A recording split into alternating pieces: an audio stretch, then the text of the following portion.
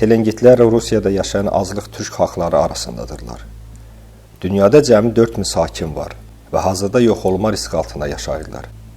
Bəzi məlumatlara görə isə 4000 yox, 2500 nəfərdirlər. Telengitlər uzun müddət Altay xalqının bir etnik qrupu kimi tanınırdılar. 2002-ci ildən telengitlər ayrı bir xalq olaraq tanındılar. Dağlı Altayın Çuy çöllərində yaşayırlar. Şamanik inanclara görə yaşayan telengitlər görünənlə görünməyənlər arasındakı əlaqəyə əhəmiyyət verirlər. Kainatı üçə bölürlər. Yer, insanların yaşadığı yerdir. Göy, Tanrının onları izlədiyi yerdir. Yeraltı dünya isə ölüm və ruhların yeridir. Telengitlər inanırlar ki, ruhlar insanlar arasında xəstəlikləri və maddi-mənəvi çətinlikləri olan, bacarıqlı və gələcəyi hiss edə bilən insanları sınayıb seçirlər. Ancaq bu cür testlərdən keçən insanlar şaman ola bilər. Şamanlar əməllərinə, niyyətlərinə görə ağ şaman və qara şaman olaraq bölünürlər. Xəstəliyi, pisliyi və ölümü qabaqcadan görən bu insanlar ruhların onlara verdiyi üstün güclərdən istifadə edərək onlarla mübarizə etməyi bir vəzifə kimi qəbul edirlər. Şamanlar hər bir insanın ruhu olduğuna və bu ruhun insan bədənindən ayrıldıqda pis günlərin gələcəyinə inanırlar. Onlar xəstəlik və ölümün gəldiyini hiss edəndə həmin ruhu insan bədənində saxlamağa çalışırlar. Telengitlər daha çox bulaqlar və çayların müqəddəsliyinə də inanırlar. Hamısının bir qız, bir xanım və ya bir yaşlı qadına sahib olduqlarına və insanlarla Tanrı arasında elçilər olduqlarını düşünürlər. Buna görə də orada ibadət və dua edirlər. Telengitlərdə bunlarla bağlı bir çox hekayələr də var. Atəş də telengitlərin inanclarında böyük əhəmiyyətə malikdir.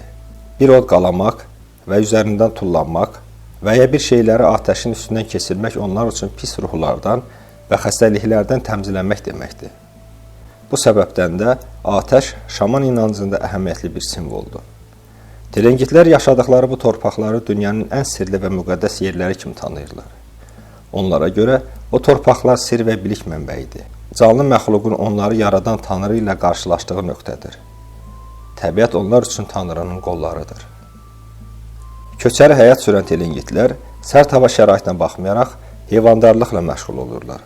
Xüsusilə böyükbaş heyvanlarla, dəvə, yak, at, inəklə ailələrinin dolanışıqlarını təmin edirlər. Heyvanlarını qışda qışlaqda, yayda yaylaqda və çayların kənarlarında otarırlar. Ümumiyyətlə telengitlər keçə və ya taxta evlərdən tikilmiş çadırlarda yaşayırlar. Heyvandarlıq xaricində kişilər balıq ovlayır, qadınlar isə ot və bitki toplayır. Onların düşüncələri belədir. Yer ana insanları öz əkin məhsulları ilə bəsləyir, göy üzü ata isə əkinlərə su verir. Allaha dua edirlər ki, bunlar həmişə bərəkətli və firavan olsun. Buna görə ana torpaq və göy üzü atanın harmoniyasına diqqət yetirirlər. Musiqi telengitlərin həyatına önəmli yer tutur. Onlar üçün musiqi doğuşdan başlayır, ölümlə bitir. Ən əhəmiyyətli xüsusiyyətləri isə müxtəlif qırtlaq səslərdən ibarət musiqilərin olmasıdır. Körpələrin laylalarından tutmuş, heyvanlara bəstələnən olavar sayası sözlərə qədər, yəni həyatlarının hər nöqtəsində xalq mahnıları və türküləri var. Ən vacib musiqi alətləri topşurdur. Telengitlər bu aləti çalmaqla sevinclərini, kədərlərini və bütün əhval-ruhiyyələrini ifadə edirlər. Bəzən sadəcə özlərini rahatlamaq və dincəlmək üçün onu çalırlar.